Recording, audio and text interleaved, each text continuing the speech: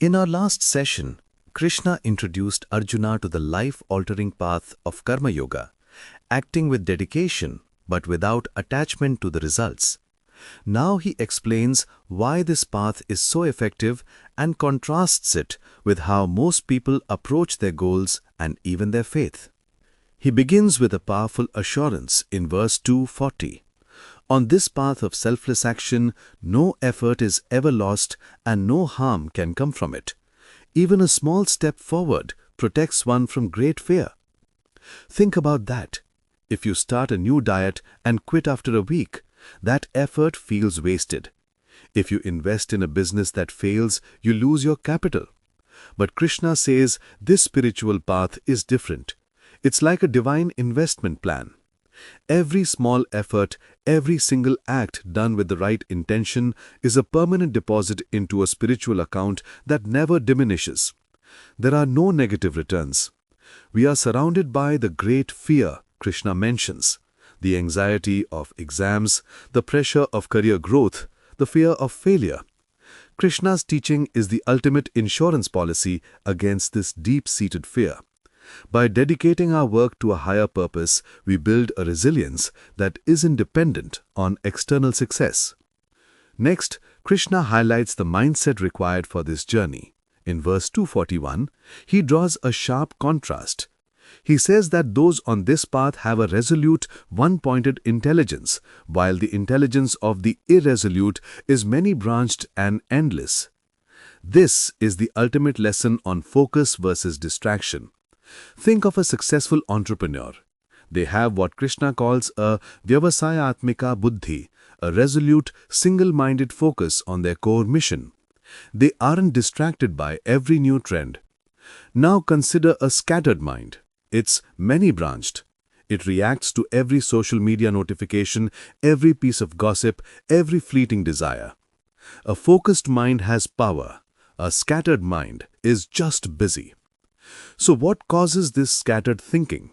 In the next few verses, Krishna identifies a primary culprit, what we might call transactional faith. He describes people who are attached to the flowery words of scriptures, who say there is nothing else beyond this. These teachings, he says, are full of worldly desires, aiming for a better afterlife and prescribing elaborate rituals simply to attain pleasure, power and wealth. And what's the result? For those whose minds are carried away by such promises and who are obsessed with pleasure and power, a resolute, one-pointed determination is impossible. We see this everywhere in modern life. I will perform this specific puja to get a promotion. I will offer this at the temple if my child gets into a good college. Krishna isn't condemning rituals. He is cautioning against a mindset that turns spirituality into a vending machine for material goodies. When faith becomes purely transactional, a list of things to do to get things we want, it keeps us trapped in the endless cycle of desire. It scatters our mind, preventing the deep focus needed for true peace. So what's the solution? In verse 45, Krishna gives a truly radical instruction. He tells Arjuna, the Vedas deal with the world of dualities. You must rise above them. Be free from pleasure and pain. Remain steadfast in goodness. Be unconcerned with acquiring new things or protecting what you have, and be established in your true self. This is revolutionary. He is telling his student to understand the purpose of the manual, not just follow it blindly.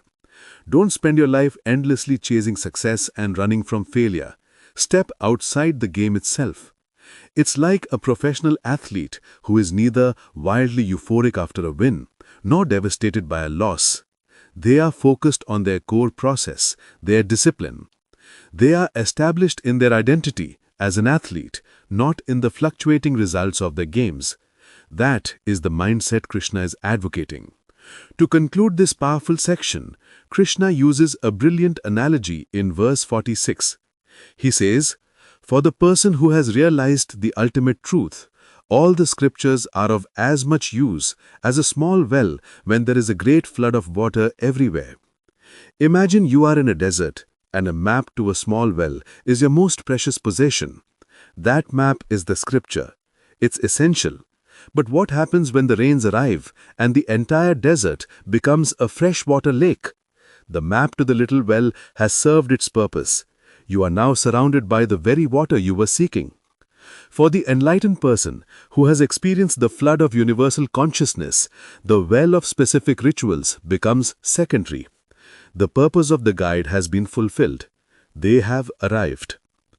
The message is a clear call to elevate our quest, to move from a scattered, reward-seeking approach to life to one of focused, selfless, and truly transformational action. It's about seeking not the fruits of your work, but the profound freedom that comes from doing your work well. That's a remarkable shift in perspective to consider.